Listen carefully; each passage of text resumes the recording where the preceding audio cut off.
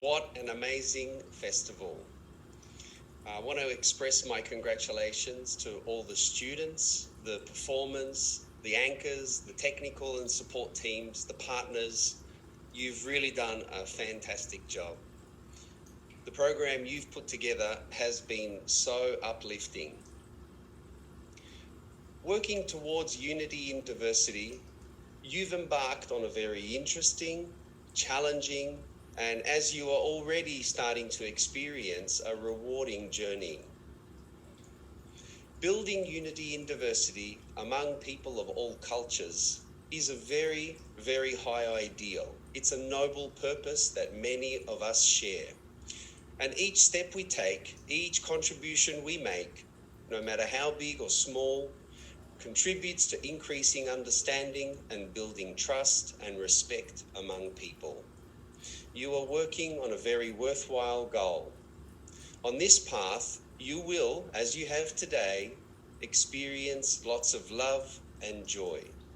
You'll also meet challenges and resistances, but using dialogue as a tool and working towards understanding, sharing, and listening, caring and with compassion, collaborating towards common goals, we can all work together and help build unity in diversity and a global culture of peace. Welcome, welcome, welcome. And how are we today? International Global Day of Love and Oneness. Doing well, thanks, Dave. Thank you for having us. Well, it's fantastic to have you here, folks. And we are carrying on a adventure for February 14th, Global Day of Love and Oneness, that started in India between 12 p.m. and 5 p.m. IST, India Standard Time, when we were sleeping. And so now we have an opportunity to share a little bit of Canada to the world. And so as we start off, what would be a word that you'd like to share as the first word of this experience? Let's start with Bill. Togetherness. Excellent. And Swan? Harmony. Harmony. All right. Well, love, oneness, togetherness, harmony. These are going to be themes throughout the day. We definitely welcome our friends and family around the world who will be joining us, participants, speakers, perhaps even a performance or two.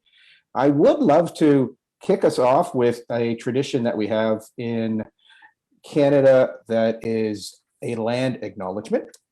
And today's land acknowledgement, we'd like to begin by acknowledging that the land on which we gather is the traditional territory of the Haudenosaunee and Anishinaabe. This territory is covered by the Upper Canada Treaties, is within the lands protected by the Dish with One Spoon, Wampum Agreement. When we celebrate diversity, unity and diversity, love and oneness, it's so important to recognize that when we meet people, sometimes we can get triggered. We can get triggered with happiness and joy. We can be triggered with anger or fear. And today, if you are triggered, I'm going to invite you to take a deep breath, smile, and deal with the triggering, perhaps in a reset, in a re-energizing, in a reigniting. Because if there's one intention that I have today, is that we bring love, compassion, curiosity, and patience into our daily practice. Mm-hmm. If you were to think of one thing that you are making an intention today, Suan, what would it be? An intention today, it's being present and really sending that message of warmth and love and, just being present, just taking it all in and understanding the amount of abundance that has been gifted to me in my life. When I reflect back on all of the things that I've been going through, it really is an amazing thing. Like a lot of the gifts that we have been given in this world, they are just such beautiful gifts. And we have been given this. And I think if we really take the time to really sit back and take it all in, all we really have to do is just look upon it and appreciate it. And that includes all the people that are in our lives, that come into our lives. And once we do that, that innate sense of love and sharing is just going to happen. And Bill, I'm going to ask you a little question to take a look at this next little screen.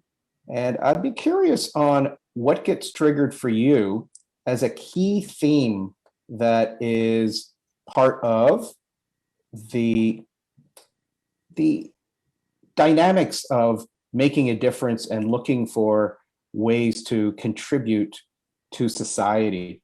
I was going to play this little hockey clip for you, and if it resonates with you a little bit, which I have a feeling it might, where is it?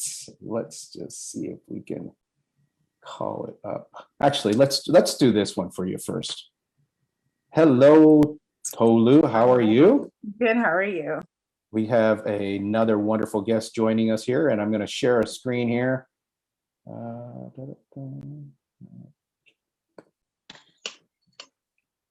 Okay. Didn't want to pop up. Hello, Nathan. How are you doing? I'm great, Dave. How are you? Bill, tell us a little bit about why hockey. Why do you love hockey so much? Hockey for me, it's been something that's been able to teach me amazing life lessons. I've been blessed with amazing friendships. I've met amazing people. I continue to learn from the game. I learn about the game. I learn from the game, and it's stuff that I can apply in everyday life. And it just, for me, it's become my lifestyle. And I guess Sue-Ann got a little taste of it yesterday when we were chatting, that a lot of things I will relate to hockey, whether it be business, social, whatever it may be, entertainment. A lot of it comes down to that. And it's, to me, it just seems to be something where, in Canada anyways, it's definitely something that connects us all together. And it was pretty evident yesterday. I watched the majority of the stuff in hockey. It was Hockey Day in Canada for us yesterday. And I watched a lot of the stories, and it's very interesting to see that when new people are coming into the country, that's one of the first things that they all gravitate to try and become part of the culture and part of what they feel is being Canadian. So, you know, it's pretty cool. Very good. We're going to have a dialogue today. We're also part of the celebration that started in India with an idea. The idea then was passed around, and there was probably about 50% of the people that said, oh, we can't do that. We don't have enough time. We don't have enough resources. And then there was another part that said, no, let's do it. Let's do the first day of love and oneness. The idea that February 14th for many people around the world is not a day of joy. It's actually, some people are feeling isolated. Some people are feeling desolate. Some people are feeling incredibly depressed. And so there was this movement to start a day that could be inclusive, that could unite, that could diversify. And so if throughout the day we are offering little ideas of new, creative, innovative, that would be really wonderful to invite people to come and join us on a new 2021. We've just had a number of days. The lunar New Year calendar just shifted from a vibration that last year for many people was a very tough year. And if we can express condolences, if we can express kindness, yet we also would like to invite hope.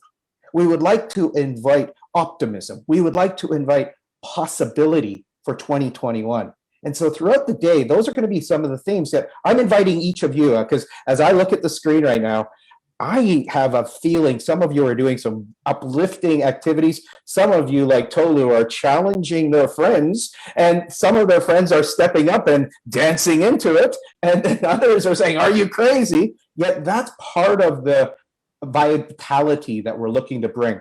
And what I'm hoping to do is, we have our youthful voice. We're bringing in Anish, who has just recently gone through the COVID experience, has just recently gone and found a new job. So there's wonderful opportunities to be experiencing people, experiencing diversity, cultures, and that is a little bit of what was shared in the performance from India, where they had over 18 countries being represented. They had 100 performers in the presentation. They brought this all together in less than 6 weeks, collaborating with 5 colleges throughout Mumbai. It was truly remarkable. Was it a lot more work than some of the people thought so? For those who wanted to step up, it was a whole lot more work.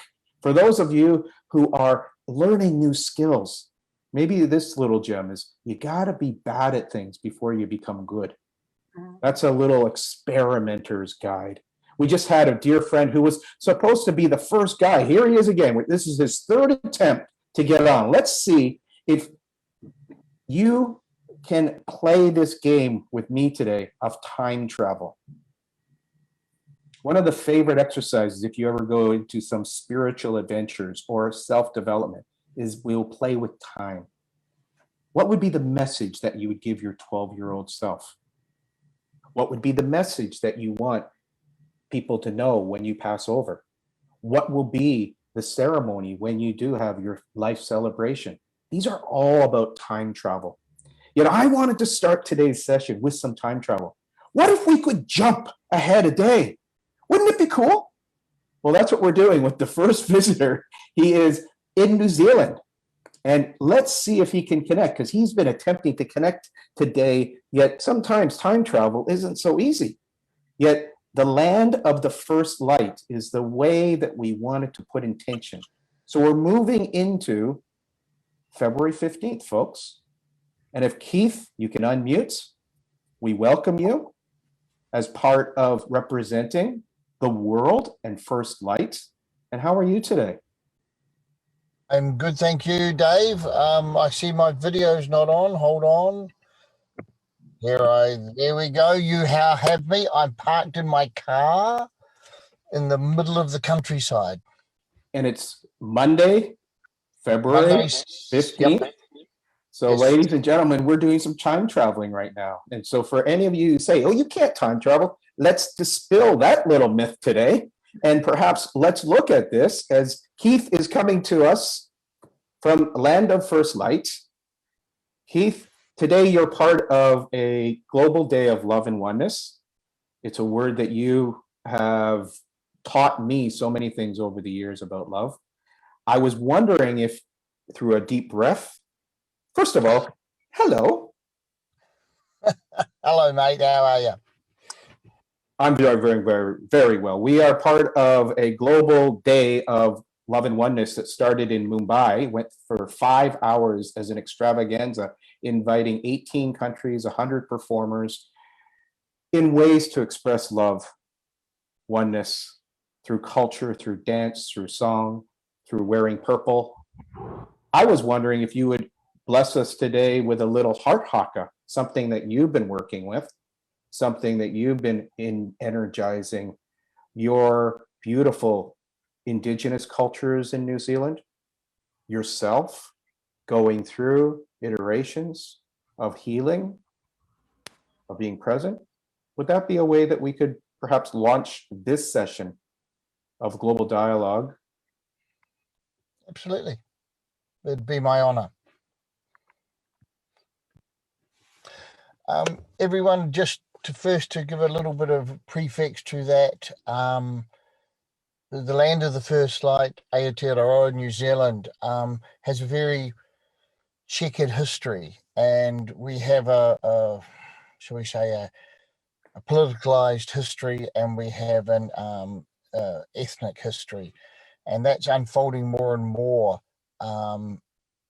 Even now, more and more layers of that history is coming to light. So what I'll be doing today is I will speak to you in the ancient Lemerian language that was here prior to the Atlantean time. So some of you, if you just possibly close your eyes and feel it with your heart, you will feel the language more than understand it, but some of you might actually get quite clear resonance with it, because it's quite likely that some of you have some lineage in there. So if you just allow me to take a moment, because I raced out to find some coverage, so just bear with me for a moment.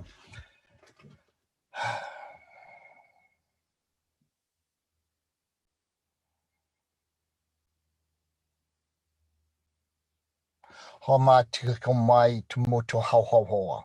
te mahe te hiuho te mā homa tiko mea. Hoa hika motu ko makeha te mokai matia mo wahi waiha. Tō tipi te haio pū te mohian matututu. Haikamo, haikamo.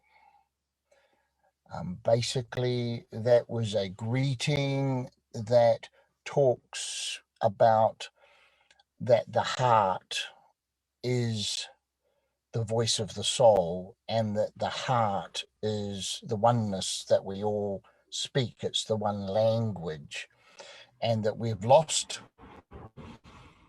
the current term. It was kind of inviting us to go back to, there's no direct translation. I'm just waiting for them to download it. It's an invitation to go back to the non-logical, the non-reasoning part of the heart, because when we can go still enough into the heart, we can find the connections. But when we try to use the mind to find the connections, we only see the differences in general. And so back in Lemerian times, they lived in harmony with the land, with spirit, with themselves. And many of those ways of connecting that we talk about now, levitation, teleportation, for the Lemerian, they didn't even do that. They just reached out and touched a heart and unified with that person in that moment, and basically did a data download so that everyone was everyone. It's kind of hard to describe, but You did a very good job of it, Keith. Thank you. It's the just a last little piece, Dave. It's the one mind that the animal kingdom still own. They still live in that place. The flocks of birds flying in unison, the herd knowing what one member is experiencing. It's a constant download, a constant interconnectivity. And we've lost it, but we have it, but we've lost it. We've lost access to it. Yeah. So thank you very much for that. Would there be a way, a practice that we may connect to that in 2021, given that this is being broadcasted to people who have beautiful relationship with animals, who have beautiful relationship with trees, who are looking to experience that? I get goosebumps as I'm just saying this. There is a yearning to connect in a way that perhaps the eyes may leak, perhaps the compassion may flow and healing will occur. The first stage of the practice, Dave, is the most simple, but also the most complex. It's to meet the breath of the wind with as much respect as you would meet your lover. To walk on the ground is to walk on another. And so it's not a subservient, it's a unified field. It's when you see an animal as how do I describe it? I'm trying to get, they're chattering, so forgive me, they're chattering and I'm trying to put language into it.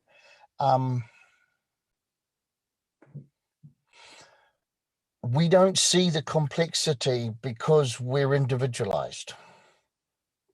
So we don't see that when we're looking at a tree, we are talking to all trees at the same time as we're talking to that individual tree. And so the heart will find the frequency connection if our mind is free enough to shift our perception. And that's the challenge. We struggle to shift our perception. And so sometimes the connection will feel like it's us. Sometimes it will feel totally alien to us. Sometimes it will feel immense to us, and sometimes infinitely small to us. And if our if our consciousness is open enough, we greet that sense, that feeling with celebration and a hello. But what many of us do is we notice it with a question. So we separate ourselves from it because we try to understand it rather than greet it. I don't know if that makes any sense. It kind of comes natural to those, for those people who have it, but you can learn it. You can train yourself to step out of your mind space. Thank you very much, Keith. I really appreciate you coming and waking up early and joining us for this Global Day of Love and Oneness. Your message, I have a feeling, is going to resonate with people at different levels, and it's going to open up the possibility. It may, for some people, the word Lemerian, they're going to be Googling it and finding out about it. Others will be Yes. going into nature and connecting with a tree. I am aware that a number of us do that right now. And I love the idea of when you speak to one, you speak to all. And there's this beautiful elegance of oneness that you've described in a way that I have a feeling for a number of us, it's the first time we've heard it that way. So thank you very much. There's a blessing, a kia ora in New Zealand, I believe. Yes, it is. Hello, kia ora. Yeah. And really, I thank you so very much. Would you have a question theme for us today? I'd like to bounce that back at you, given curiosity. What would be a question that we might consider as part of our exploration of love and oneness? Who would you be if you weren't you? Who would you be if you were not you? You. Beautiful. And then if anyone wants to speak to that throughout the day, we will play with that because it's a great question. Thank you so much, Keith. I really appreciate your time. And what we're going to do now is we're going to move into a little bit early, yet I'll see if I can get a little friend who might come up and help me say hello. And I did want to keep this to be a little bit light. So this is Winston. He is saying happy Valentine's Day, yet also a day of love and oneness to everybody. I'm not sure if you can see him. Yes, you now can. And so he's, I chew you. I wish you the very best. And I'm going to invite a number of incredibly inspiring women and my old hockey buddy to have a discussion about unity and diversity, inclusion, and women's leadership. So Deb, hello, hello, hello. You look like you're wearing your hockey uniform. You're on mute right now, but are you looking absolutely stunning there? There we go. Sorry. Yes, the leaf is down there. I have some up here, so I need to turn those over. Thanks so much, Dave, and congratulations on putting this together today, and thanks to everybody else that's participating. So what we would like to do, there were the three of us, Bill and Sue Ann. And, hi, everyone. And we got together a little meeting last night, and we sort of decided how we wanted to approach this topic. And what we thought we would love to do is Sue Ann has written a beautiful poem, and she's going to read the poem, and then we're going to make some links to our topic. So Sue Ann, if you would go ahead and read it, that'd be fabulous. Thank you very much. The poem is called Maple Leaf. Maple leaf, soft and nimble, a valiant symbol of the universe's beauty. Your only duty is to express yourself in flavors of maple, to many a staple. In lush green, to welcome new beginnings, yet unseen. In regalia of reds, oranges, yellows, inviting hellos to fresh dreams. Leave the past, leave the pain. Remember what made you smile last. There was only you, a unique splendor of contrast, the vein of wisdom dripping with morning dew. From your perch way up high, many look up in wonder. Can I reach for the sky? As you sway with the light breeze, one thing is sure. Your roots of the earth are pure. Sacred trees, standing alone, has little chance against the joy of playing together with your many colors in the unity of love and oneness dance. Yay! Yay! Fantastic. Thank you so much for reading that. So, Bill, I'm going to pass it over to you and maybe some comments about the poem and link it into our topic with female leadership. Okay, I guess the last part, really stuck out with me.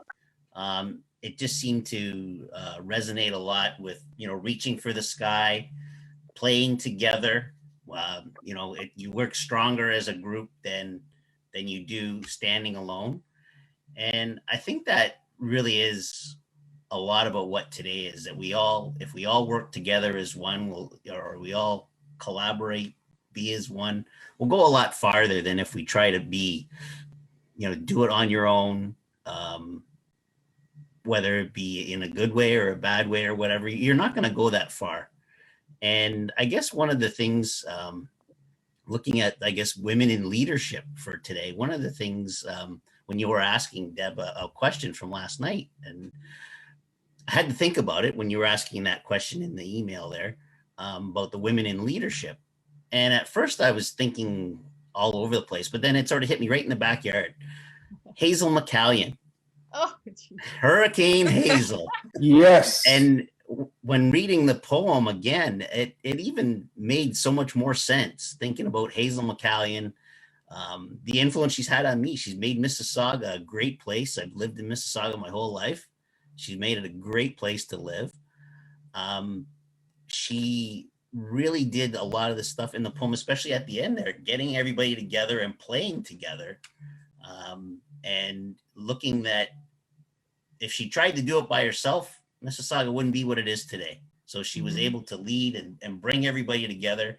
And I mean, you can go outside of Ontario, even outside of Canada, and if you said Hurricane Hazel, people are not going to think it was what happened up in the sky. They're going to know it was that nice lady that, she had a lot of good skills. She was really good. She was somebody who made you feel welcome. I had the privilege of meeting her several times, and I felt part of her team type of thing. So yeah, that was I guess one of the big things that the poem really hit more so today than when we were reading it last night. So yeah. It's beautiful. thank you. Yeah. The funny thing is he combined two answers to one question.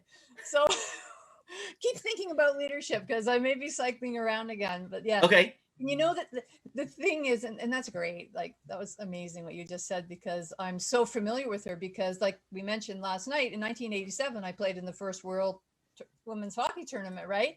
And she was on the ice, and she was in her 80s then, and she was doing a lap, and she hit the red carpet as Team Ontario, who I played on, and Team Canada were facing each other, and she hit the red carpet and just went flying across and she just gets up and keeps on skating. So she definitely put a marker with me all those years ago. Anyways, when I was reading the poem, and we're going to get to Sue Ann, what really the poem means to Sue Ann when she wrote it.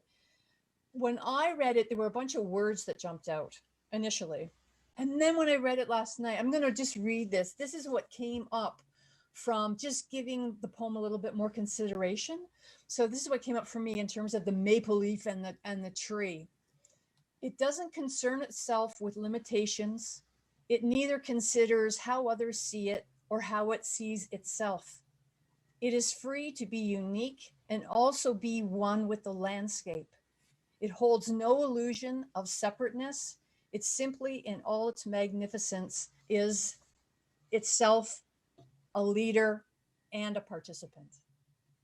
So that's what really hit me as I, went to sleep with this poem on my mind. So Sue Ann, maybe share with us what the poem means to you, and So the poem speaks to me from the perspective of, when you think of trees, trees are life-giving. They are part of the earth. They give us our air, they give us our food, they give us our the way we build our homes, they give us fire, and they protect us from the wind. So they are central to our survival.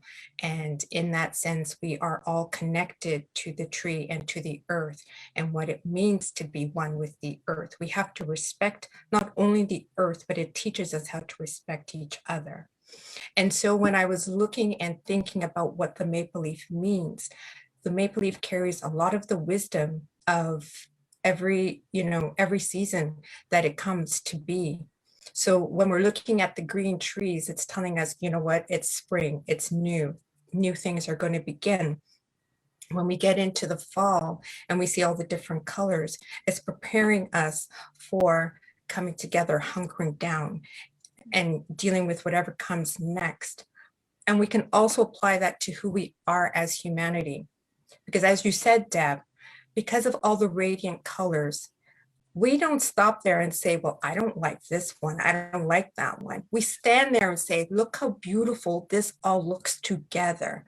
So when we come together as unique individuals with our individual experiences and share those experiences, when we peel it all back, we realize we're coming from the same place. The only thing that defines us is the uniqueness of our experiences.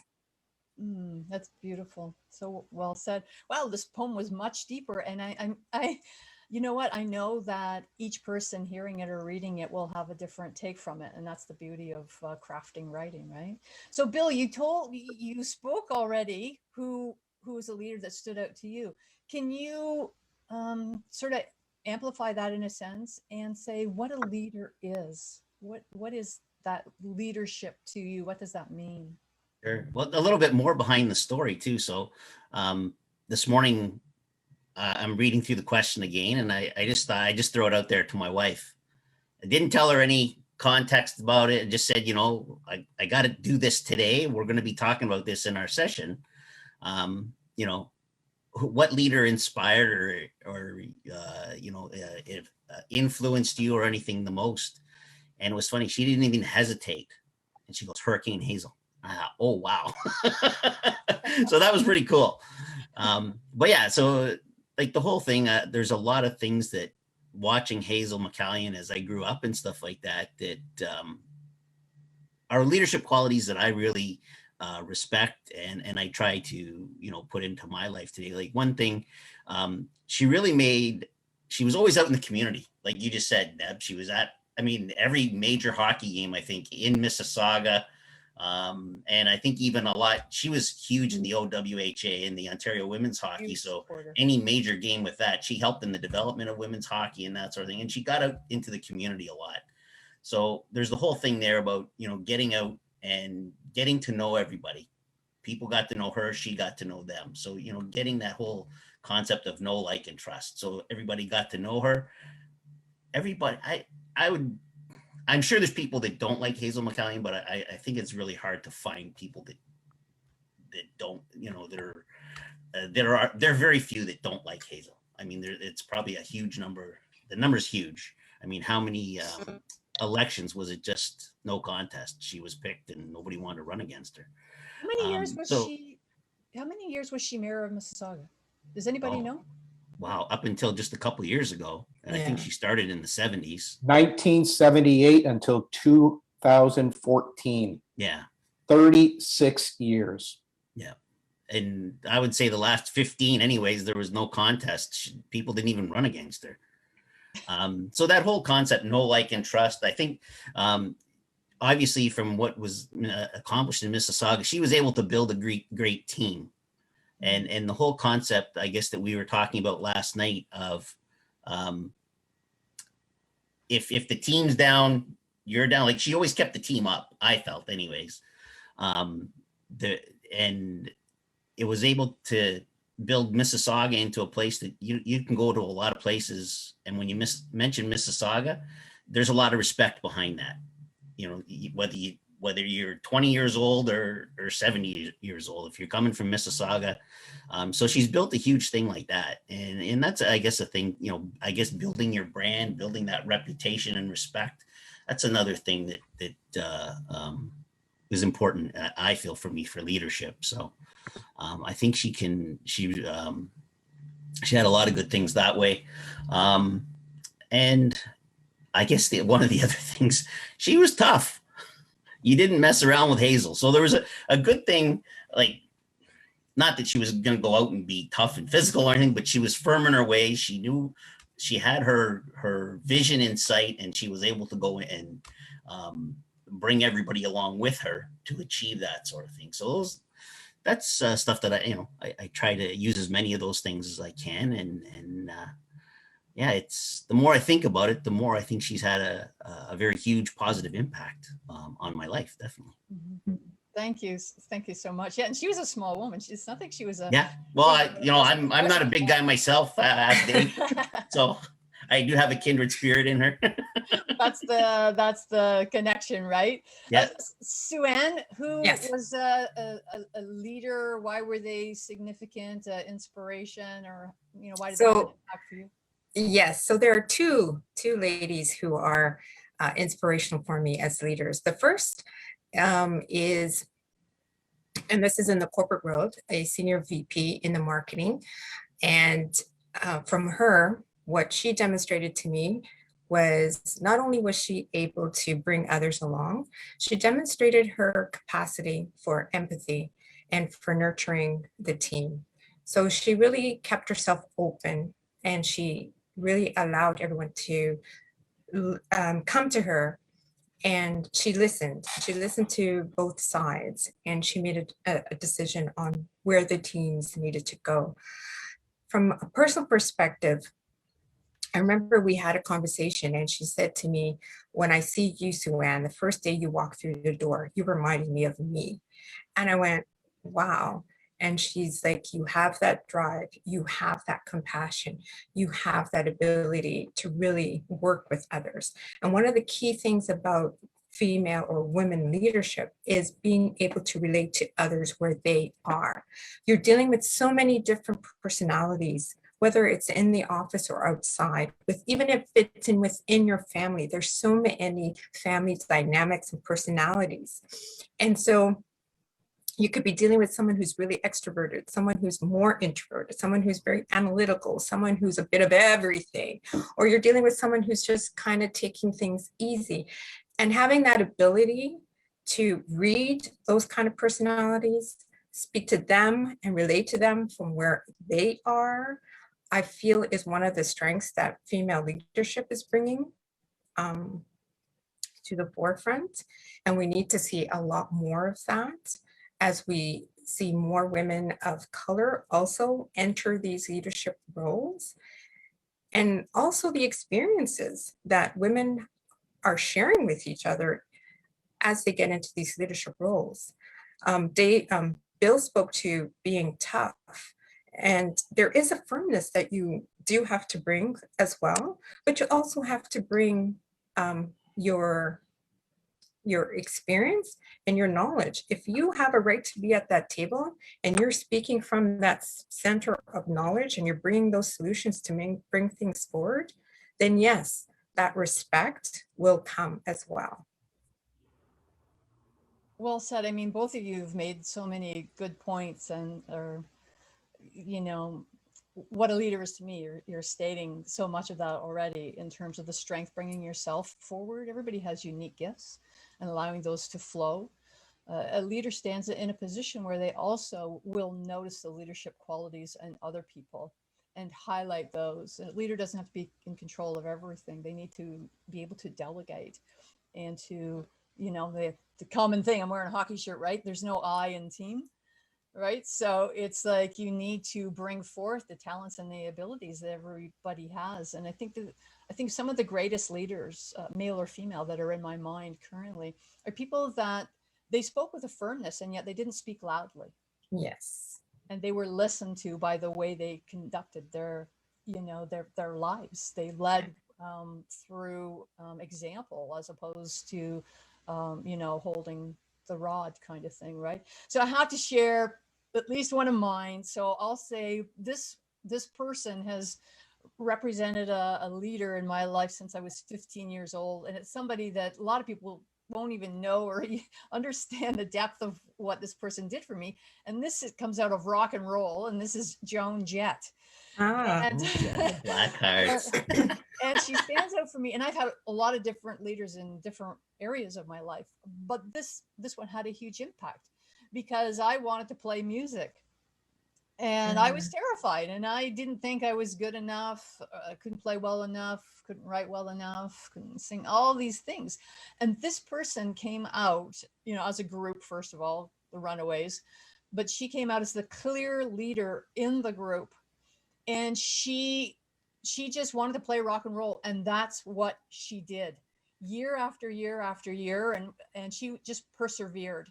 And I think that to me shows the heart and the character and the compassion in a leader is just to keep going, because there'll be people that are naysayers around you all the time. And when you have vision and you have a goal and you have the meaning and the purpose inside of you, you just keep on going. And she did that. And she just won like whatever the Life Achievement Award. And you know, in that area. In her 60s. So I just think that's incredible. And that was a male dominated field as well, right? Yeah, Okay. and that speaks to what I was touching on is she had a belief in herself, right?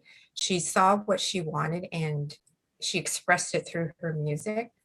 And she, like you, she's influenced so many people now with her lyrics and her music. So that kind of influence gets passed on in so many ways.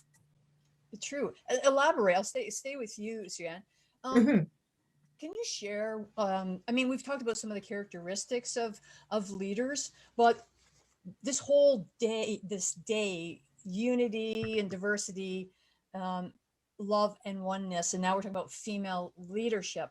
So what are some of the qualities that we really need women leaders to come forth with in order to get to, if this is a goal, this unity and love and oneness, how do we get there? What kind of leaders do we really need in the position right now? And I guess that could be male or female, but it could, yeah. It's really the ability to listen. We're not listening to each other enough. And when you're coming to, and again, doesn't matter if it's the boardroom, doesn't matter if it's outside of the boardroom, we have to get to a place where we listen. We're not going to always agree with everything that we share with each other, and we can agree to disagree. And if we can get to that point, just allowing each other to be heard shows that we are willing to work together, as opposed to taking one stand and saying, this is what I'm going to do, and this is how we're going to do it. There are occasions where that may need to happen, depending on what the dynamics are.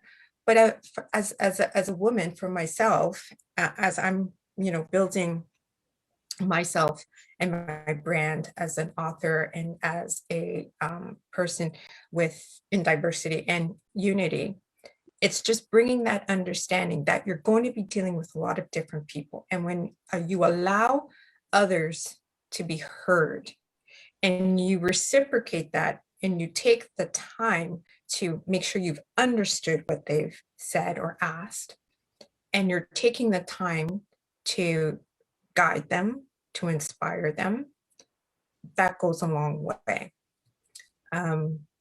Many times with other women that I've been dealing with, they often say to me, you know, you don't realize it, but you are a leader.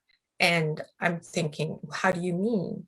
And I remember a specific example, a young lady that I was talking with, this was years ago, we were talking, and she came to me with a problem, and we were discussing the problem. And she said to me, she's like, I can come to you because I know I'm not going to be judged and you're actually going to listen to me. I can't speak to this other person, because she did actually speak to another manager, and that manager just did not understand where she was coming from. So the key for women, or for even men, is listen, understand where that individual is coming from first. Leave your judgments at the door. Understand that there are dynamics that all of us as individuals are coming and dealing with. And we have to be able to acknowledge all those dynamics that are happening, whether it's emotional, whether it's financial.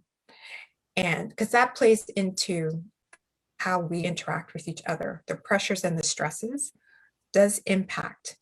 And so if you've got the capability to break down those barriers to make people feel safe, and as a female leader, you want to make those individuals feel safe, they're going to trust. And when they trust, they are going to perform for you. Beautiful. I'm not even going to speak on this topic because the main points that I had listed, you've already covered those. And one is really making a safe environment where voices can come forward and share their individual gifts. So Dave, or sorry, Bill, on this topic here, what type of leadership do we need in place to get to that place of love and oneness? Yeah, so I agree with everything Sue-Ann said. And the other part that I'd like to add to that is just when we're making the effort to listen, also taking the time to ask questions to gain clarity and education and understanding, just to take it to the, keep on that whole thing, as opposed to, like Sue-Ann was saying, the other manager that didn't want to listen. It's probably the situation where you're hearing and you want to give the answer instead of taking the time to listen, understand where the person's coming from, Correct. asking questions to drill deeper, and then, gain greater clarity, better understanding, and also possibly education.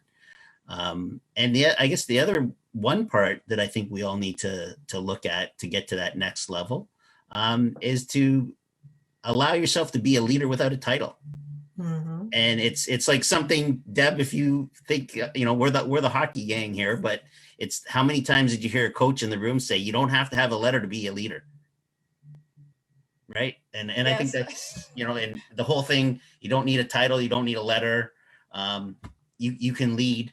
And like your friend said, Sue-Ann, a lot of times you probably don't even know it, but just be willing to allow yourself to be a leader and not have to be out there to get that title. Just Exactly. How many times in the big game, whether it's on a rating playing field or in a boardroom, is it the person that's sitting there that doesn't shine all the time? And without that person stepping up in that situation, that championship or that project wouldn't have been what it was, right? Right. So it's so true. So I'm very aware of time, but I want to ask just another question, if I may. Dave, are we okay? Yeah. Okay. So I want to kind of cycle back around and get back a little bit to the poem, but keeping in mind unity, diversity, and love and oneness. And was there anything else for either of you, like a word or a phrase that you can extract from the poem and then speak to that in terms of the topic that we have? And maybe Sue-Ann, you can start us off. Sure. For me, unity and love and oneness, diversity, it is essential if we are going to self-actualize, to grow in unity and with harmony. As Keith had mentioned earlier, our spirit and our hearts need to be aligned. And when you have that alignment, you're going to feel a certain self-confidence and you're going to believe in yourself. And so whatever you dream or whatever you feel your potential is, you're going to move towards that. And that's really key when you think about the poem. When you're thinking about the poem, it's okay to be different. It's okay to be unique. It's okay to stand out. That is what makes the whole world beautiful. That is so powerful. I resonate so deeply with that because I don't think I've ever fit in a box before. So I appreciate that. And Bill? Yeah, for me, I guess it's again the last part of the poem there about reaching for the sky and playing together. And I think if we all start to have fun and realize we can all do it together, and it doesn't matter who you are. When we all work together and reach for the sky, when we do it together, we're going to achieve a lot more than if we just try to stand out and, you know, try to do everything by yourself, and, you know, always worrying about not fitting in and stuff like that. No, just go for it. Just have fun. We can all be together. Don't judge, and we'll move we'll move forward. Beautiful. Exactly. We're all from the same stardust, right? Yeah. For myself, I'm just going to read this. You know, Sue-Ann, when you wrote, standing alone has little chance against the joy of playing together. This is what came to my mind. I think it's the same sort of with Bill, as it stood out. So when I read this, it struck me on this day of global unity, leadership, and love, and oneness, and all this together. This is what came up when I read that line. Remember the child who's not selected. Notice the woman overlooked in the boardroom. Recognize the man who's strong enough to shed a tear, and don't shame him.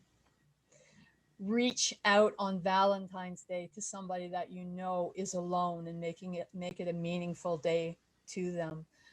Reach out to somebody who is struggling, and make a difference in their life, as we all can, and be that leader in just those small little ways. Mm-hmm. So that was my thought. That's what gave the poem, you know, much more meaning when I just slept on it. So I want to thank you two guys. It was so fun, and we spent an hour and a half together last night, so it was fun to come together and share this time.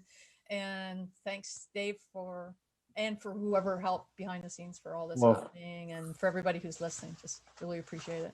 Thank you so very, very much. That was an absolutely fantastic group discussion. I really appreciate the wisdom. It's really great to hear different perspectives, and also to allow time to nurture. That's what's really beautiful about what you did with this exercise, is you went and you allowed people to process. And so often when we're in the day of technology and social media, it's like the people who are fast responders, who are really quick, and they're getting all the attention, whereas the people who go deep and to go into your personal story, and then perhaps even beyond, into ancestral or past lives, it sometimes takes a little time to allow that to germinate and come through. And I believe you really, truly allowed your group to come up with some insights. I'm thrilled. I'm absolutely tickled to hear what came out of Bill's mouth, and Sue-Ann and Deb. I know that you're pretty feisty, and you can respond pretty quick. You also have this beautiful depth to you that is just so beautiful, that comes through in your music and through your art and your creativity. So thank you so very much. Thank you. It was absolutely amazing to listen, to observe. I believe some of you know, maybe you don't, the word listening in Chinese, it's consistent of a couple of characters, and the characters represent to listen with your ear, as if you're listening to royalty or the king, yet you're just not listening with your ear, you're listening with your heart. And that's the character in the Chinese symbolism. Listen as if you're talking to royalty with your heart and your ear, which I believe nicely weaves into what Keith was talking about, is what I'm energizing. My chicken skin is dancing, and I just really love, and I love to bring the next little, if we can get a slide up, which again, technology, I love it, and we're dancing with it.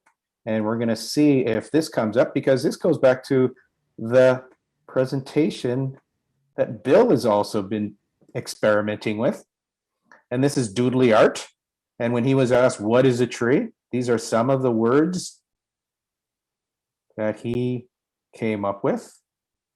And Bill has been absolutely fantastic in experiments. And today he had an opportunity to really share.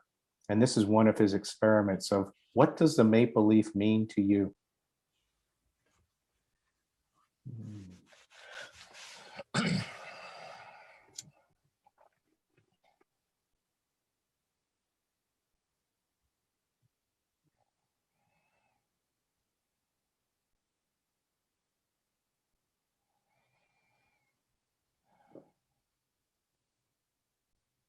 Very good, Bill. When you see that, what gets triggered, or what do you feel when you see that, Bill? Unmute, please. Yep. Yes. Oh, it makes me, yeah. It makes me feel great. It's home. So, Beautiful. yeah. And let me pop into Keith, since he's still with us, enjoying the scenic experience in New Zealand. Listening to the leadership discussion, unity and diversity, and oneness. What sort of popped for you? I have a feeling that poem resonated quite nicely with you. Thanks, Dave. There was a lot in the poem that kind of resonates with my world. It sits where I am. And as listening to the conversation, I felt a little part of me, that part that may not have been listening, that wanted to speak. I felt that pop up, and I thought, shut up, Keith, and listen. And thank you, Dave, for sensing that.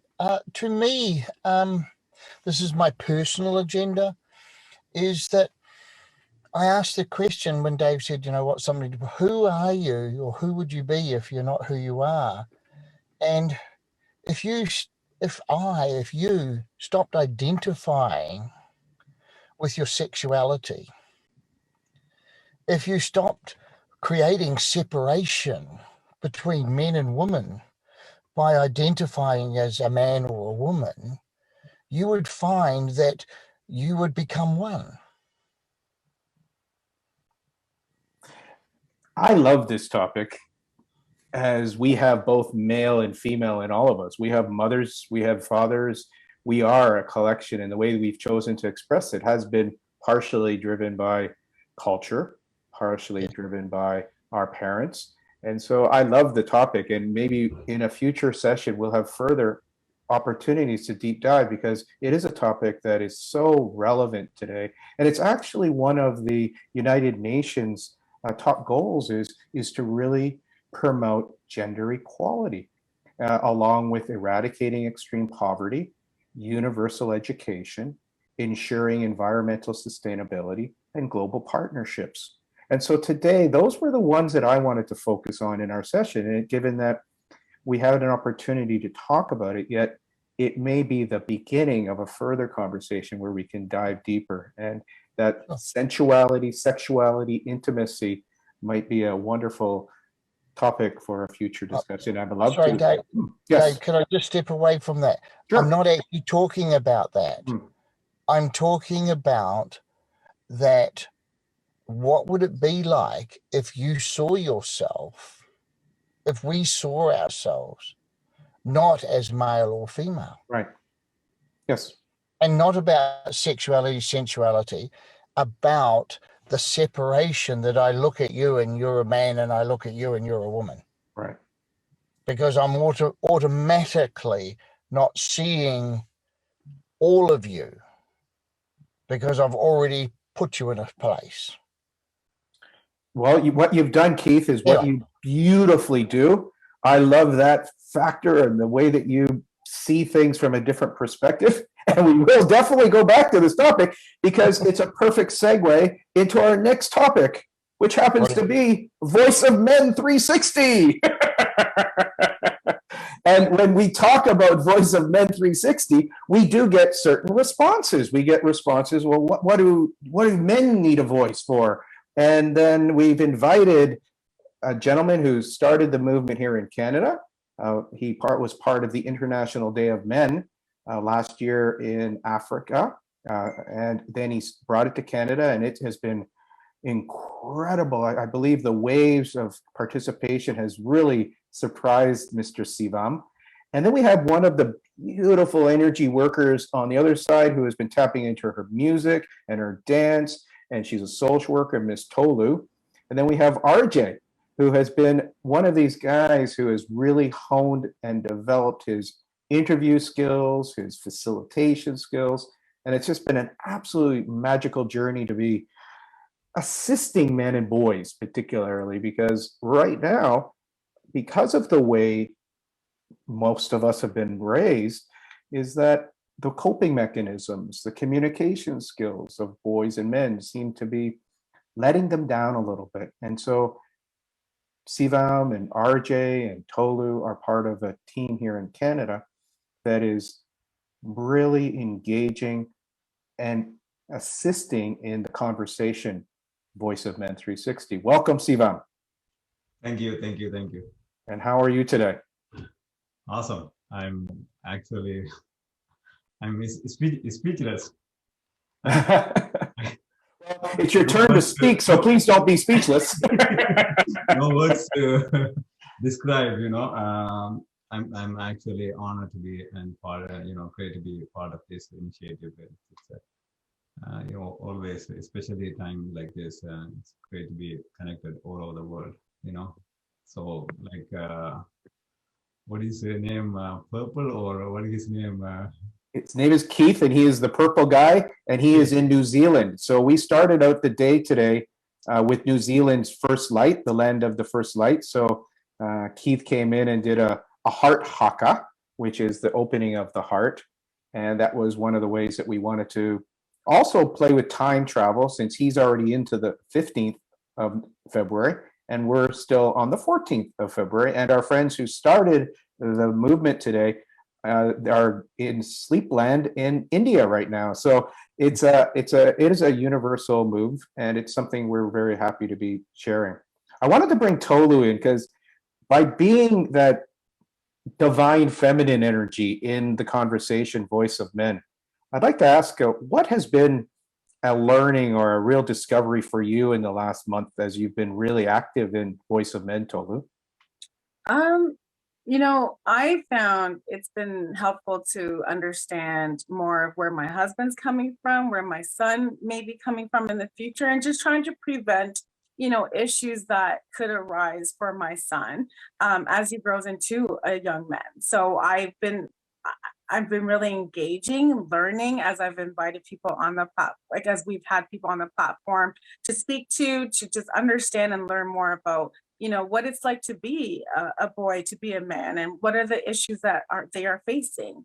Because as a woman, I can't fully understand that. As much as I am a social worker, I've worked with, you know, boys and men, it's still not the same thing. So to hear from experts in this field or people that are working with the population, it's been really beneficial.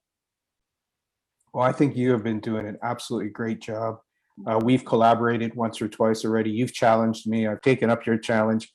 That was the dance, by the way, everybody. Tolu did a dance challenge, and when I first thought about it, I was like, I videoed it 5 times and went, Yet submitted it, and she laughed and she giggled and she shared it, and it's been great. And that's the energy that is so important, I believe. So tapping into your gifts of music and dance and celebrating our life, it's been beautiful. What's been maybe a big lesson you've had about even in the social media for you, given that your role as a social worker is being influenced by social media, and then also you've been utilizing it to have deep dives with people? Yeah, you know what? To be honest with you, my social media presence is very little. It was mostly just Facebook before, and even that I would post occasionally. But I'm starting to find that it's an opportunity to reach people. So in this challenge that Dave mentioned with the dance challenge, I'm using it as an opportunity to connect families, to connect individuals, to tap into, you know, your inner child, to tap in and bring out something that you maybe, because we're stuck in COVID times. It's actually a song to COVID, about COVID and winning the fight, to just kind of like get people encouraged and to inspire people to say, you know what, we're going to stay the course. So in my own ways, I'm using the skills that I have as a social worker to get people up, to not feel so depressed, to as you're dancing and you're moving, the serotonin's rushing in, you know, just to get you feeling a bit hopeful and excited about the future. Well, I think you've been an inspiration since I've met you, and I love sharing the stage with you. You bring an energizing yet vivacious and flowing energy. So thank you. RJ, how are you doing today? Doing great. How about you? Fantastic. RJ, you have been such an influence in interviewing people, in being a collaborative leader. And I think one of the things I'd love to get from, or get you to share, or invite you to share, would be what's shifted in your communication and your awareness in the last 6 to 8 weeks? You know what? Just the fact that there are so many people who are on this journey, who are, look, we're all trying to live the same life. You know what I mean? We're all trying to get by. We're all trying to have a great day at the end of the day, right? We've got a list. We got to exist. We have a job. We have bills to pay. But at the end of the day, we're still trying to have joy and have enthusiasm. And the fact, look, we are Voice of Men 360. And yet we have, I'd say, pretty close to a 50-50 balance of men and women who take up that mission and are willing to share this voice. And we have a show called Open Up. And so many people have been willing to come out and share their life journey with us. And I find that so vital and so fantastic, because every one of us has so much to give. The people who are here right now and the people out there, they have so much to give just by sharing their story and their journey with others. And as an interviewer, what have you enjoyed most? You know what? I love conversations. Anytime, anywhere I can get into a conversation, and especially if it's about life, because again, we're all trying to live that life. We're all trying to enjoy ourselves at the end of the day. So let's talk. You know what I mean? At the end of the day, I can have a conversation. My wife even laughs, or she smiles at it, because she says, I watch you, and I see that you can have a conversation with everybody almost on any subject. And, it's just being well-versed and having these conversations. You know what? We have a diverse audience right here in front of us today by having conversations with different people. I've only lived in Toronto. I haven't traveled much outside the world, but I have a diverse knowledge because I've met so many different people because I live in Toronto. So I'm gifted in that way too. I'd just make a comment that you and Sivam, one of the reasons why Voice of Men 360 has taken off in the way it has is that you two collaborate so well. Mm-hmm. Your curiosity, your authenticity, your humility has been brilliant on the platform, and it has really brought phenomenal interviews to the forum. And Sivam has been so supportive of you doing and putting you in a place where you love. And Sivam has been growing the Tamil speaking community. He has been learning from Tolu. He's been learning from you. He's been learning from people, and he's now introducing the Tamil community where we've learned they don't even have the vocabulary or the words to talk about many of the topics that we're talking about in English. Mm-hmm. And so Sivam's building bridges that they don't have some of the sexual abuse. They don't have those words. They don't have the words that some of the topics that we are attempting to build compassion and kindness and vulnerability. And so Sivam, what has been one or two of the challenges, yet perhaps the steps that you've been looking to explore to bring love and oneness to your home community, yet doing it in such a collaborative way with the English-speaking community? Well, there are a couple of things, Dave. Nicely you explain things, but in other way around, this language, it's more than 1,000 years old, or so many years old. And but for a long time, they talk about only men's issues, or I wouldn't say men's issues. They just talk about war and love and war. Mainly, they talk about they connect, or they even in writings, anything, you name it. Everything is taught or carried out. War and love. They haven't touched any of the areas such as, let's say, the peer pressure or society, or any suicidal or anything related to family pressure or cultural pressure or religions. Anything they haven't touched on that. So that's where I'm having a challenge. That how can I, because it's not easy topic. and it's so sensitive. So how can be more open? So the interesting thing I am learning is more and more women are coming out, and then they are sharing about men's, but men, half of them or more than half of them, they are kind of like refused, or they are not ready to open up. So that's why I just came up with that concept or that show, that title, Open Up. So I was thinking a lot of different names, but I thought, you know what, men, we are not opening up our hearts. So just keep it simple, open up, that's it. And the same thing, it's the name of the show in Tamil is called Vili, which means I. So it's a kind of creating awareness. So when you open your eye, so that's kind of it has a different deeper meaning. So that's where I'm having a challenge. And also if you want to do any kind of workshop or anything, there's not enough, or I wouldn't say even zero materials in Tamil language. So it's very hard. And also we are looking into doing some kind of a translation or interpretation, how we can collaborate, how we can bring to other materials from other ethnic groups or other any languages. So it's very hard. So those are the main challenges. But I just want to touch upon Keith's point is no separation. So in our show, any of our shows, there are no limitations with age, gender, nationality, or ethnic groups, anything. Any walks of life can participate and share. Even today, we had a suicide survival story.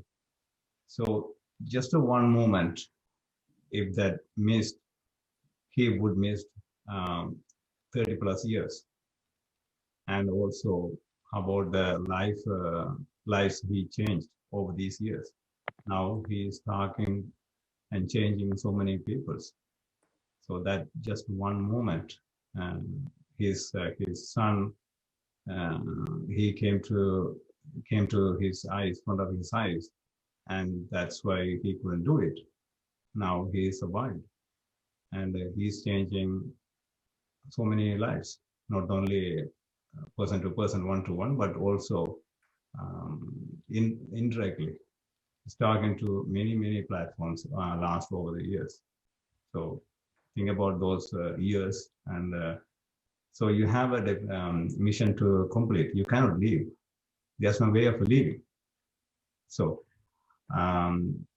one to many, many to one. Deb kind of made Dr. Di Martini. That's where I heard this message. So we don't call male or female, just one soul. Soul is a soul. So one to many, many to one. That's all. So there's no Hindi or Punjabi or anything. Just one language, one soul. We have 4,600 traits, I believe, all human beings. So whatever I have, you have. Whatever you have, I have. There are no separations. So especially now, see, we always, most of us want to or love to travel around the world. Here you go. We are traveling around the world. We are traveling around the world with a mind wave, right? So what else you can ask for it, right? So this kind of initiative, it's really give us a platform to express and share and connect. I love to connect always. I'm looking for people, whoever is willing to be open and bring their message. You never know. We never know. Who else is watching? Who else is going to change? We don't have any idea. Just one word, one message, one action, one story, one journey.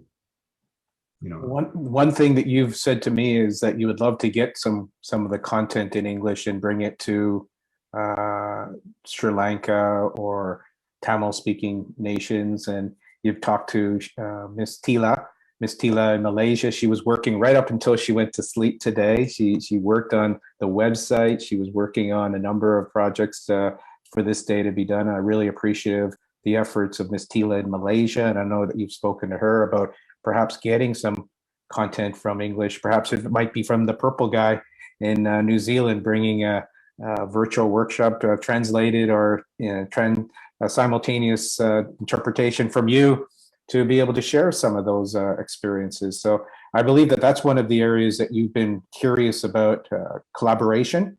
I'm curious from Ms. Tolu's perspective, who do you feel we could collaborate, or Voice of Men 360 could collaborate with in the coming months that would be exciting for you?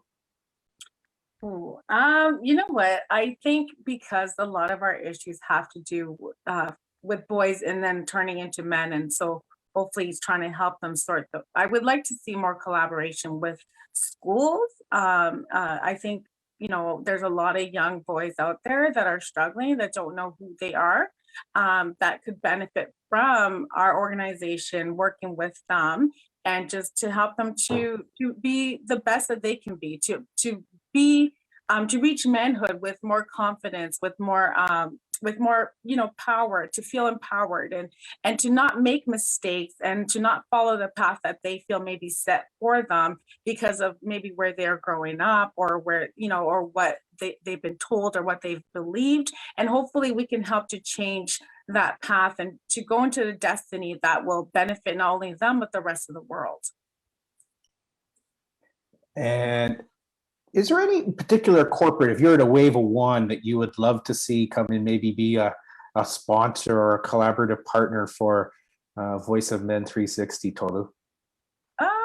I think the banks. I don't know, because they have money, you know. They're always getting money from us. Why not put some money back into society? So, I hear there's about $500 million that's looking for a home, folks, here in Canada. How about you, RJ? Any particular entity? One of the topics for engagement of Voice of Men, collaborative initiatives, and it's one of the things that I believe Sivan's done such a marvelous job so far. Who would you love to see some collaborations with in the coming months? You know what? Again, first of all, you are connected to the United Nations. What a great connection that we might be able to utilize. But I mean, aside from getting connected out there with all the major organizations, there's various men's groups out there that could very well, I mean, they've already started the mission, whereas we're getting our feet on the ground at this point. So, I mean, there's people like Mankind Project. I've spoken to people, I'm connected to people in that community. There's also, again, our interviewer today was the co-creator for Men Talk. You know what, there's different organizations who have value of for our men. You know what, again, I believe in sharing the story. Our show Open Up is really about, and it takes a brave soul to come and share and open up about their journey, because let's face it, we've all been through some struggles, and to be able to talk about those struggles, you know what I mean? We need to be able to work with other organizations who have had that establishment with the men. And you know, they've already done, they're doing the work. Thank you so much, RJ. And Deb, I'm feeling your energy right now. So can you unmute for a second? I'd love, because you've been very supportive of the Voice of Men 360. You've been interviewed by Sivam. You've been part of the directive team. When you hear about collaborations, what might pop up for you, or a direction that Voice of Men 360 might be looking, or potentially could explore? Well, sure. When I hear about collaborations, I think it is so critical, because you're looking at different languages or cultures who have the same difficulties and issues, you know, where boys haven't had a voice or men haven't had a voice. And we can learn from each other, and whether that is just coming together. I know when I was on the program and I was talking about my book, Unlock the Door Beyond Sexual Abuse, even in our culture here, you know, a lot of people don't speak about those types of issues, and shame and guilt and you know, isolation and self-worth and doubts. These are things that aren't talked about openly. And we had a huge initiative. Dave, we talked about this on Pray Love too, the Bell Let's Talk, right? Mental illness. And we need that avenue to put a spotlight on some of these taboo topics, and whether the collaborations are just, you know, we talk about linking with banks and get the finances, and yes, that's so important, but it's also important just to connect with people that are the advocates in these particular areas, and that they would come on the show and share, like just seeking out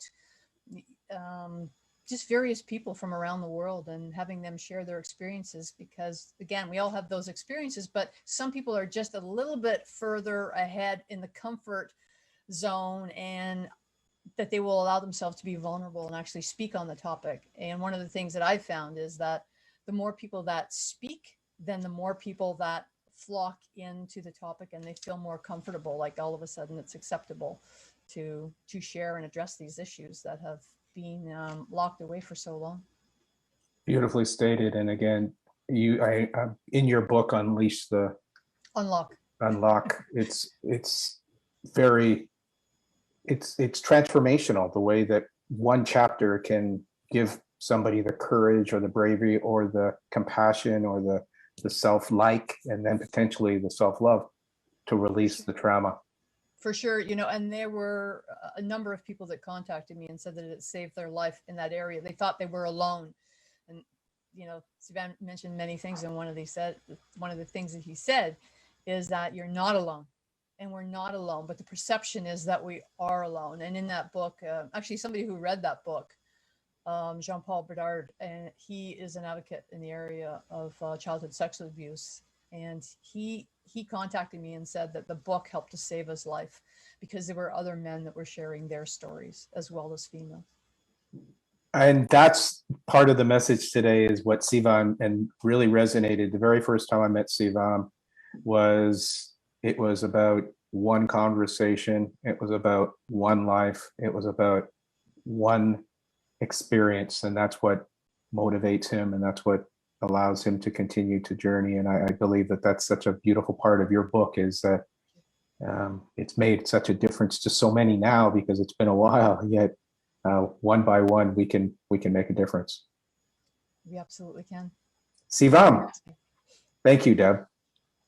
Sivam, a message for celebrating the Global Day of Love and Oneness. I'm so thankful that you and RJ and Tolu were able to join us from Voice of Men 360. And the celebration in India was quite different. It was more the celebration of dance and song, and it was a student-led event. Over 100 performers, 18 countries represented, 5 schools were collaborating. So I find it fascinating that Tolu was suggesting we do some collaborations with schools. I would love to see that happen here. It could be in Peel, it could be in Toronto, it could be anywhere in Canada. Now that we use this as a device, the teachers led these beautiful 8-minute presentations and broadcasted over 5 hours. I'll send a link that you can all check it out on YouTube.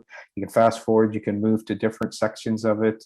And it was really very inspiring to see and to be part of that.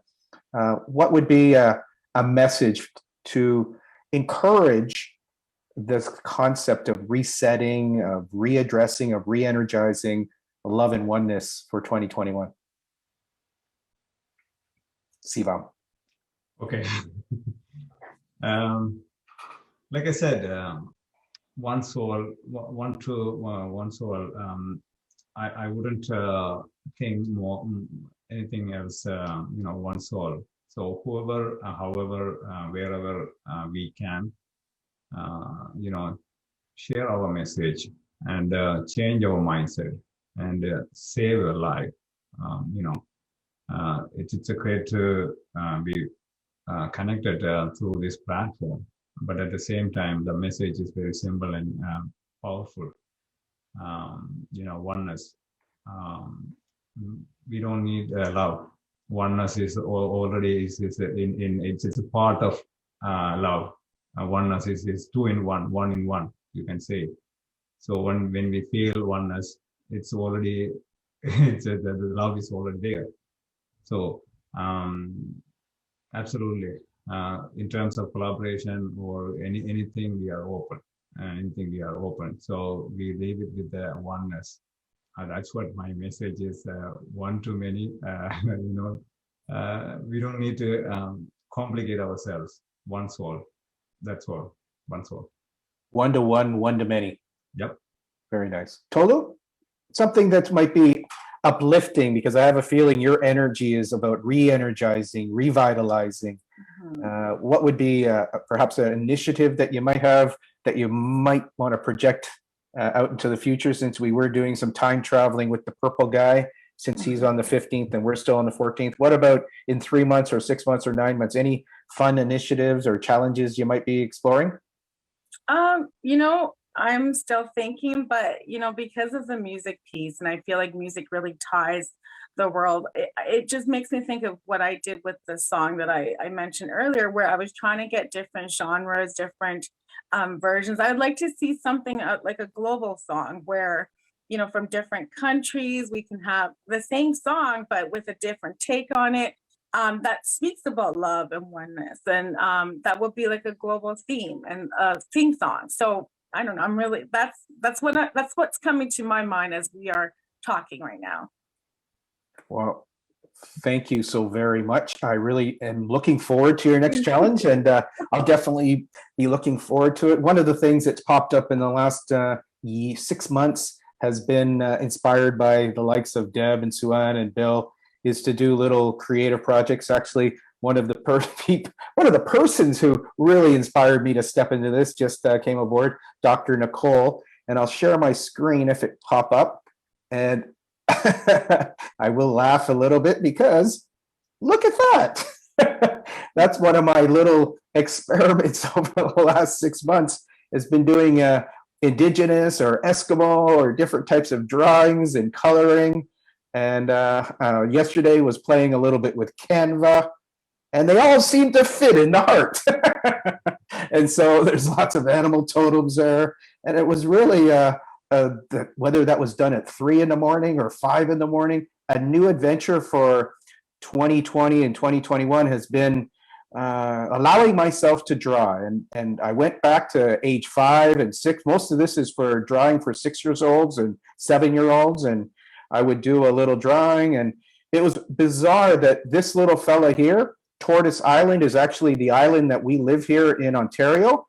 And if you go to Lake on Niagara on the Lake, or Niagara Falls, there's a beautiful indigenous land there, the Tortoise Island map, and they're thanking the natives, the First Nations, for helping with the World of 1812, where we pushed back America and we were able to keep Canada as a Canadian country, Tortoise Island.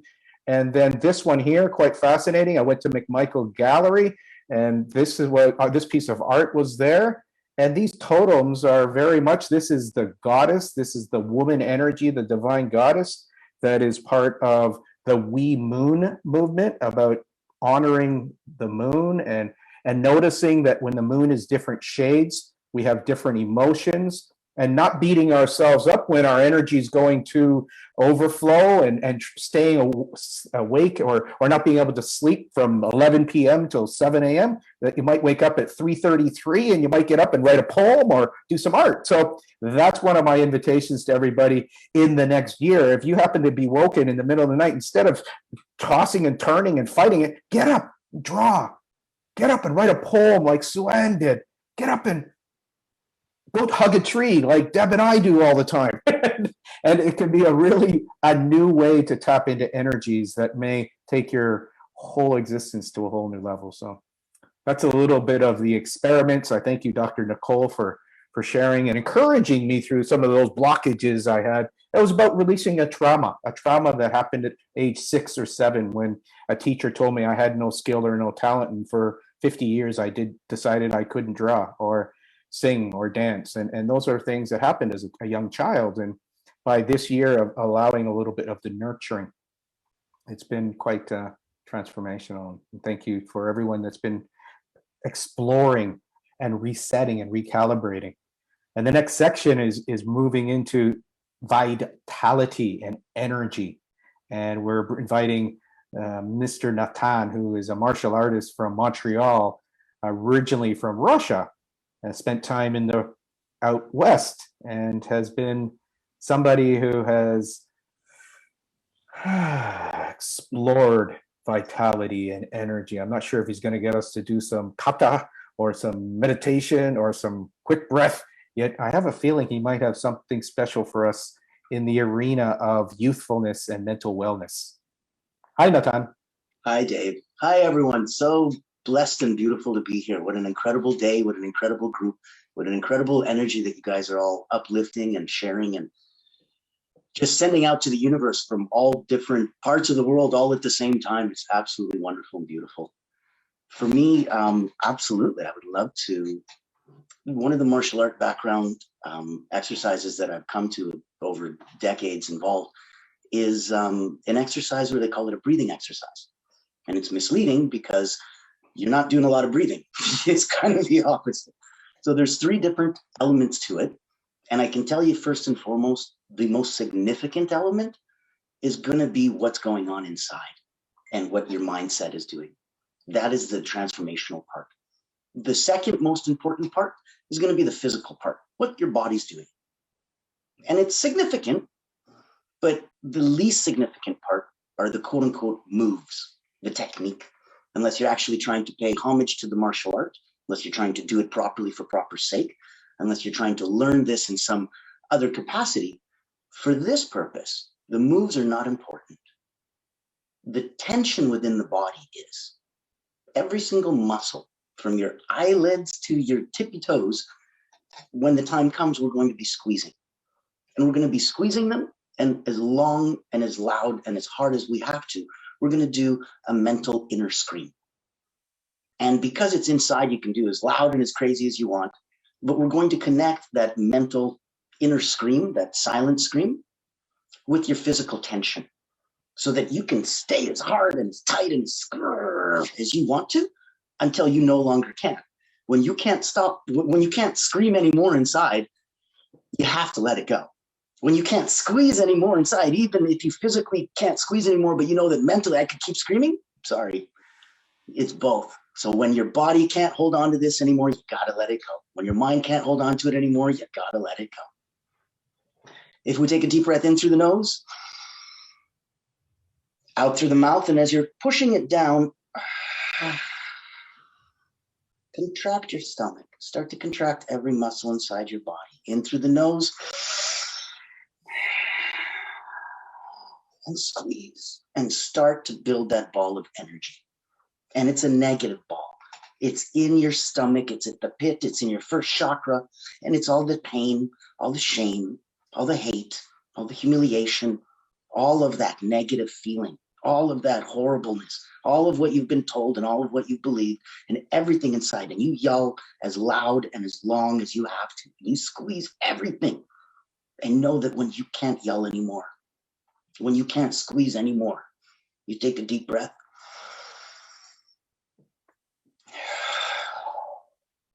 You let it go. You let your body let it go. And you don't hold those feelings inside yourselves. You let your mind and you let it go. And you don't allow those thoughts to plague you. And you feel your spirit lift and rise. And you feel happier. And even if you were a happy person 16 seconds ago, you tend to feel a little happier somehow, if that's possible. So that was a simple exercise that I'd love to share with you. Like, it's in my book. It's one of the big principles. It's a mental scream drill. I find it absolutely wonderful as an anxiety buster, as a stress buster, and just so many times when you would love to scream, but you look around and go, that would be so inappropriate. What can I do? This is what I've come up with. Well, that's fantastic. And especially with people who've got a lot of stress or they're feeling a lot of pressure, what length of time do you encourage, or is there a set framework that you invite people to experiment with? That's the beauty. It's all self-directed. So at this moment, if you're at an 8 out of 10 and you do this drill, it'll drop you down to whatever it's supposed to drop you down to. If you're only dropped down to a 6, you might want to try it again if you need to go lower. But that's the beauty of it, that it reacts to you. It's a biofeedback drill. So in essence, you're just constantly re-looping where you are. And if you're starting really low and you need to go up, you do this. And I found myself actually energized from it. I've been too anxious and nervous, and I've done this, and I found myself calmed down, which is weird because it's one thing that somehow magically does radically different things, but love, there's many things that do radically different things. So share a little bit about, as a martial artist growing up, what was a obstacle that you had to go through and you came back into a connection with yourself that was at a different level? Knowing that I was taking part in something that I felt was so important for me, because I came as an immigrant and I wasn't, my family didn't have a lot of money. So we were doing a lot of secondhand clothes from Salvation Army and stuff. I never made best dressed list in elementary school. And, you know, sometimes you'd have those kinds of mistakes where you're new, you're immigrant parents, so they don't quite know. So my mom would got me this really cool Spider-Man jogging suit, which she thought was a jogging suit, turned out to be pajamas, as we found out when I wore them to school. Those are the kinds of events that tend to make you get really quick into martial arts to defend yourself, because boy, you're going to get some unwanted attention pretty soon. And, you know, when you're walking from your home to the martial art dojo and you're wearing your gi as you're going and inviting that, it's a different sensation inside as a person. You know, when you're walking forward, that's the power of uniforms is so incredible. And you put that on and you feel it like it, you know, if you ride motorcycles, you put on that whole gear, you feel like a completely different person. And you know it when other people look at you. Same, you know, my cover picture is me in my UID gear with my sword. And it just gives such a sense of calmness and clarity and unity to me when I'm in that place, you know. So I look for ways that I can physically get in there. And if I'm mentally a little bit off, well, I'm going to use physical to get me out of that. I don't like to go karate, force on force. I don't like to block and defend with the same energy. I like more Aikido, excuse me, where it's more of a deflection, where I take your force and we'll just let you keep going that way if that's where you want to go. I'm just going to get out of your way though. And you're going to go, whatever happens to you, happens to you. And in that capacity, I prefer to do it energetically that way. Well, I thank you very much for your input. I'm inviting everybody to explore different types of meditation, different types of energy work. I love the reference to Aikido. One of my favorite experiments over the last decade has been something called verbal Aikido. It's like when someone lashes out at you, you can just beautifully bring it back and not take it on because it's their stuff. And it's one of the things that listening can really allow you to have that break from somebody who might be lashing out because they're having a stressful day. You don't have to take it full force, folks. You can allow it to go over to a tree. A tree can handle it quite nicely, or to the ocean. The ocean can deal with it really brilliantly. You don't have to take it on. And it's something that in the celebration, the Global Day of Love and Oneness, it might be a technique and a strategy for someone on this group or maybe a family member to experiment with. Thank you so much, Nathan. My pleasure. Thank you. Let me invite someone who I've done some wonderful work with in the last, I believe it's been about 8 months. She's in St. Martin. She's in a beautiful warm climate as opposed to my minus 12 degree shoveling snow weather right now in Toronto, which I'm loving. Hello, Dr. Nicole. Good afternoon and happy Love Day to each of you. It's a pleasure being here. Thank you for inviting me. Thank you very much. And I thought it would be a lovely opportunity for you to bring a little bit of that beautiful warmth and wisdom from St. Martin in this Global Day of Love and Oneness, a movement that started in India, a communication, a dialogue between Global Dialogue Foundation, 5 schools in Mumbai, teachers' colleges actually, and a performance that was done sort of between 12 and 5 a.m. our time, by celebrating culture, celebrating dance, celebrating song. And I thought I'd invite you to share a little bit about celebrating love, oneness, kindness, yet also the pursuit of wisdom, which is something that really, I'm not sure if you identify with that yet. Definitely in knowing you, it's something I identify of you. Okay. So thank you so much. I thought to myself, what should I share? And I had a chance to listen to a little bit of what had been shared before. And so I decided I'm going to share a poem from my book. Actually, I'd written this poem when I was 21, and it's still relevant today. And the reason why I wrote the poem was because I recognized within myself that for things to change, I must change. And so I'm going to share it with you. And it's called, It's Time for Change. Let's move on and turn our backs on the past. Let's forget our failures, misgivings, and our disappointments, and shut the door to negativity. The future is here. It's now, it's present for us to do as we will. But let's not continue to make our past mistakes.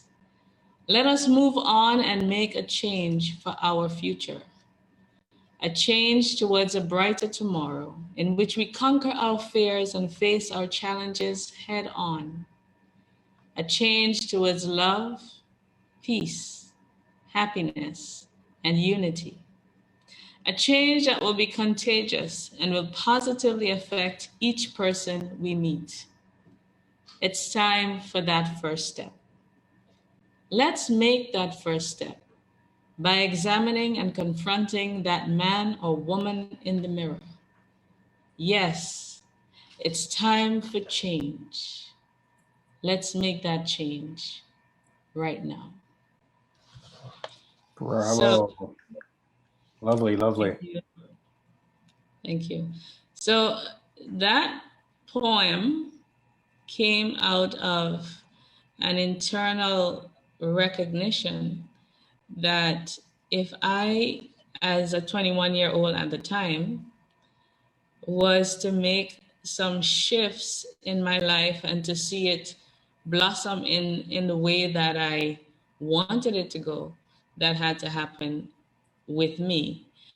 And why I decided to share that is because so often we look at other people and the challenges that we're facing and we put blame on the outside, when it's really important for us to take personal responsibility for ourselves. And without doing that, we're not going to see the type of love and unity and peace that we desire if we don't first take a look at ourselves in the mirror. And I believe in all the discussions that we're having, we first need to look at ourselves. And in doing so, we can then, through our own examples, make the shifts that need to take place. Beautiful, beautiful. I was wondering if Roy might want to come on and say hello and share a word from his perspective, if he's able to unmute and join us. In the interim, I was going to ask, since we had an earlier poem by Suan, when you hear Dr. Nicole's poem, you would like to unmute and share an essence from poet to poet, collaborating in beautiful expressions of words? Suan, yeah. Hi. So for me, in listening to the words that Dr. Nicole was sharing, what's key to what she was saying is it does start from ourselves and where we are. And it goes back to that alignment with who you are in terms of your heart and your spirit. And when you come into that alignment, then you can make that change. And it's from that change, your heart and your spirit, that you're going to share the warmth and the love and the goodwill that you want, not only for yourself, but for others. How about Deb? Deb takes poetry, creates songs and music and expressions. I'm curious what got triggered for Miss Deb there. Well, of course, it took me back to poems that I had written when I was a kid and how the things that we write when we're young, when we write from our heart, and they're so meaningful for us, but they just kind of carry on throughout lifetimes, you know. And I think that that's the one thing that we lose when we get caught up in life, is that connection with that fun, that playfulness, that youthful childhood energy. And while she was reading, and then when Sue Ann spoke, my mind's just jumping back into the past. And over the last 5 years, I've pulled the past into the present time, and the things that I absolutely love to do as a child and bring it into the present time. And what I've noticed in myself is that that's just, you know, it's just watering the seed. And I think in listening to the poems that everybody can, I think, grow and expand and share by writing their own poetry and expressing themselves in the truest of version. And like what Keith said, there's no male, there's no female, you know, all of that, all the things that make us distinct and different. When you write, it's not there, you just are in that present moment. And I think that's the gift of writing. Thank you so much, Deb. And Dr. Nicole, when you hear the feedback, what would be the feedback to the feedback? Because that's sort of the loving dance that I love. One of the references that Sue Ann said in her poem was a tree is individual yet totally connected. And there's this elegance of expressing your uniqueness and also celebrating everyone's uniqueness. And what would be a feeling that you might get from hearing some honoring and being? Well, as I listen to Sue Ann, I am in agreement. Yes, indeed, you have to come from a good place within in order to be able to impact without. And with what Deb said, that it's important, and as we were speaking about children and boys and so forth, it's important for us to understand that we come fully equipped with who we were meant to be. So from the past of that young age, being able to write that, it's a playing out throughout your life because you already had the seeds to mature and to blossom into what you were designed to be. So those are my thoughts on that. Super. Let's call on Mr. Roy Cotton Jr., probably fresh off of a radio show or a podcast. How are you doing there, Roy? I'm doing very well, Dave, and it's a pleasure to be here with you and your invited guests. And it was also a pleasure to listen to my beautiful wife recite an amazing poem and heart-touching poem that she wrote at the age of 21 when I did not even know her. But as it is, I am here today. I'm not in a position to show myself on camera, but at least to, you hear my voice. And very much so, I can relate to all that I've been able to listen to thus far today, with this being a timely moment that we're together, because it's so very important for right now on what's happening in the world and where the world right now needs persons like us to be those role models and to be the pillars of love and inspiration, which of course stands for what my radio show is about, and the global movement that I've started, which is spreading love and inspiration around the world. Because right now, once you are filled with love and once you can demonstrate that and inspire people in the midst of all that is happening presently around the world with fear and insecurity and uncertainty related to COVID or whatever it may be, this is a time now where we need to be able to put this into practice, and being on a platform like this and being able to have a movement happening, it can only absolutely spark a global ignition and really move with the shift that is taking place right now. So I'm very honored to be here, and definitely would love to stay connected to all the great people that are on here with yourself, Dave. So I thank you for this opportunity and hearing from those who've spoken thus far. Thank you very much, Roy. I could close my eyes and go into La La Land listening to Roy's voice. Thank you. I appreciate it, sir.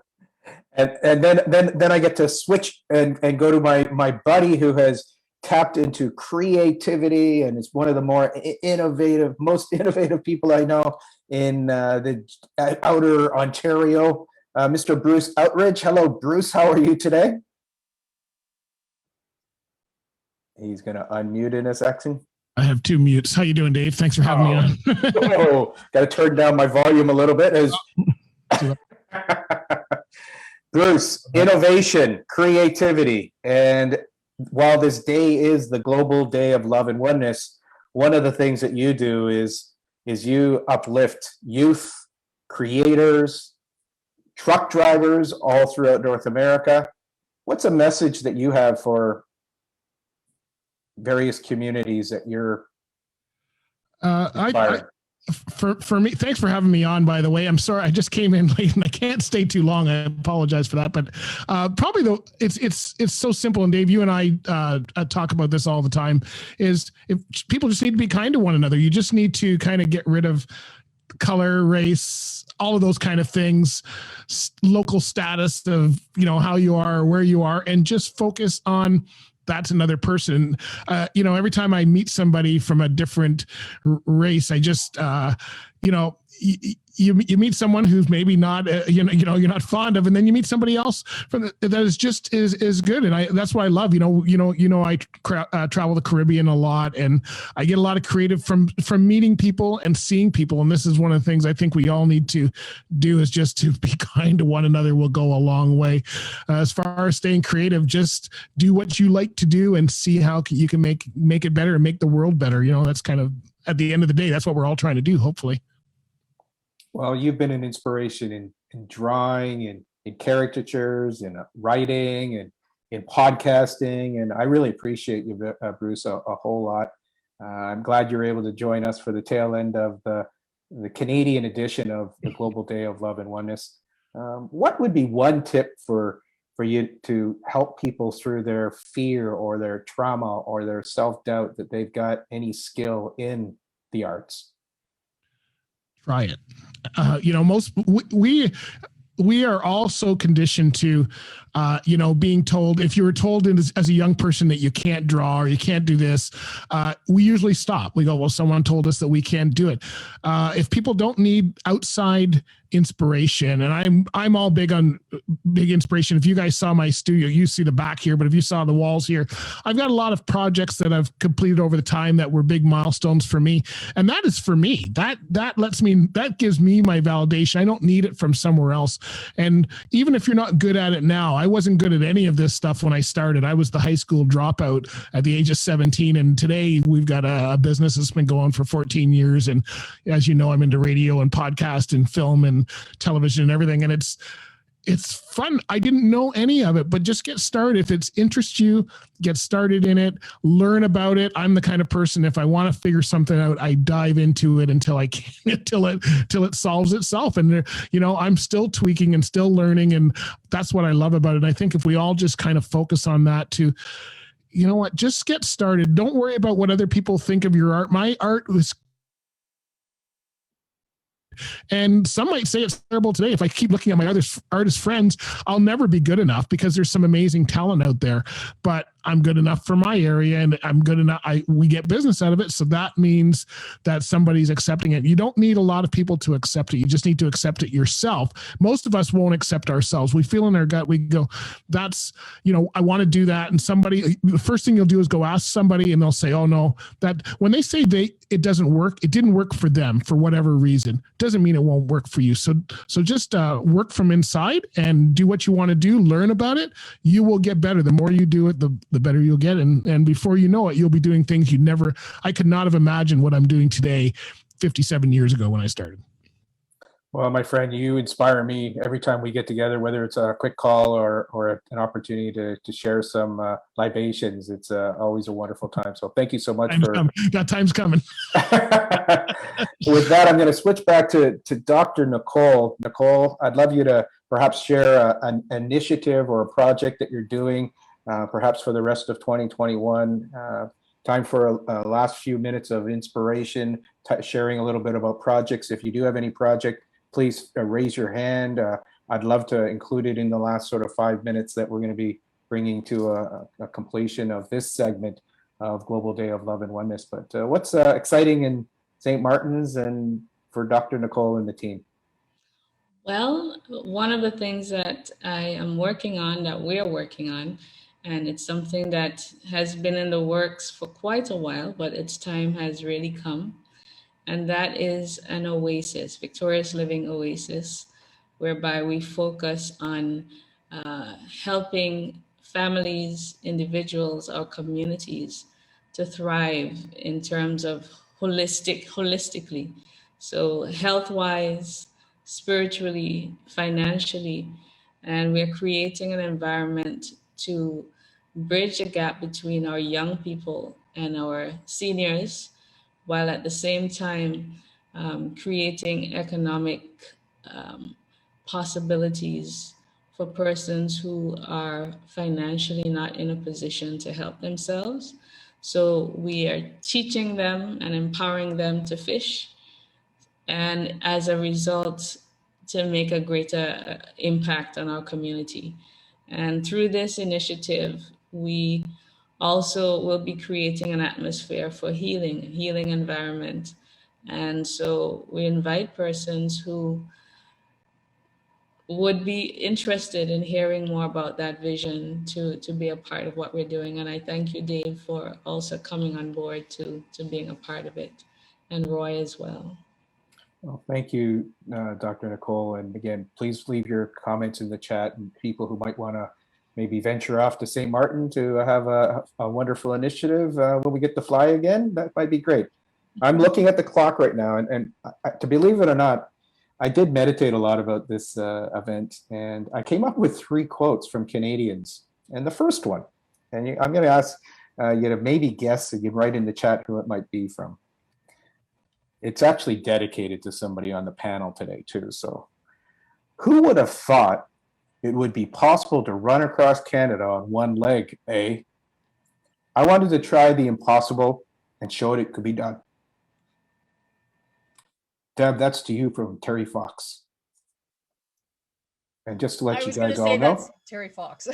Deb actually went across Canada on a bicycle.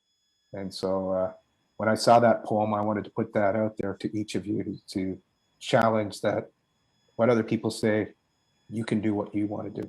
So little tear, it wouldn't be appropriate if I was doing an event and there was a tear somewhere. It's usually mine.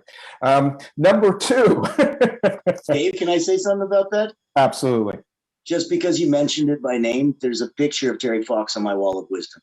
So I get to take a look at that every time. And it's one of those pictures of him as he's running in the shorts, and you can see that serious, determined, strained look on his face, and you can see the anguish and pain, and it's just incredible. So I use that as inspiration. Well, thank you. The next one, I'll actually tell you who the quote's from. Emily Carr. I don't think one can explain growth. It is silent and subtle. One does not keep digging up the plant to see how it grows.